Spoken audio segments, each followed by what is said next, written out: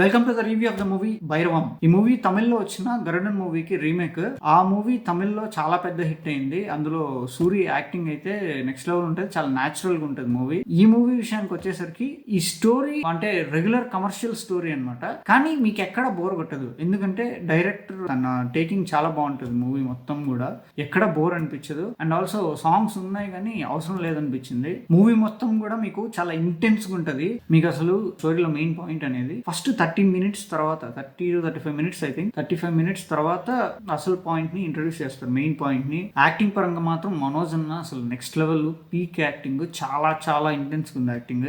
మనోజ్ అన్న తర్వాత బెల్లమన్న యాక్టింగ్ మాత్రం ప్రీవియస్ మూవీస్ తో కంపేర్ చేస్తే ఈ మూవీలో ఇంకా బెటర్ గా చేశారు. కొన్ని చోట్ల ఆర్టిఫిషియల్ గా అనిపిస్తుంది కానీ బట్ ఓవరాల్ గా చాలా బాగా చేశారు. నారా రోహిత్ గారు కూడా ఆయనకి మాస్ రోల్ బాగానే సెట్ అయింది, డీసెంట్ గా ఉంది ఆయన రోల్ కూడా. కొన్ని ఎమోషనల్ సీన్స్ బాగానే వర్కౌట్ అయ్యాయి.